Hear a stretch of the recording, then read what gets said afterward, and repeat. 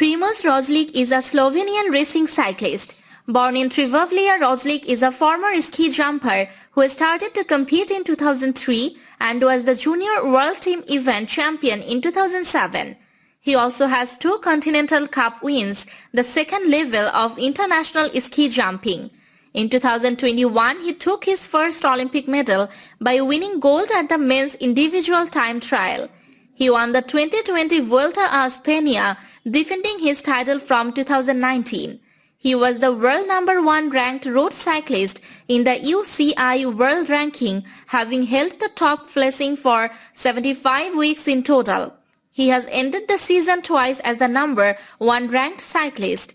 In September 2019, Roglič won the Vuelta a España, becoming the first Slovenian to win a Grand Tour competition.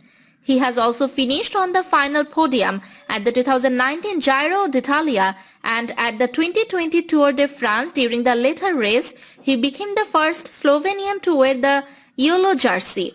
The 2018 season showed Roglic's potential in stage races and Grand Tours. He managed to win the general classification in the Tour of the Basque Country, the Tour de Romanty and the Tour of Slovenia. During the 2017 season, Roglič started out by winning the overall title at the Volta ao Algarve. In June 2017, Roglič was named in the star list for the Tour de France. He won stage 17 of the race, becoming the first Slovenian to win a stage of the Tour de France. He had also collected so many points on the climbs that he finished second in the mountains classification. At the World Championships in Bergen, Roglič targeted the individual time trial, which finished on Mount Floyen, a 3 km.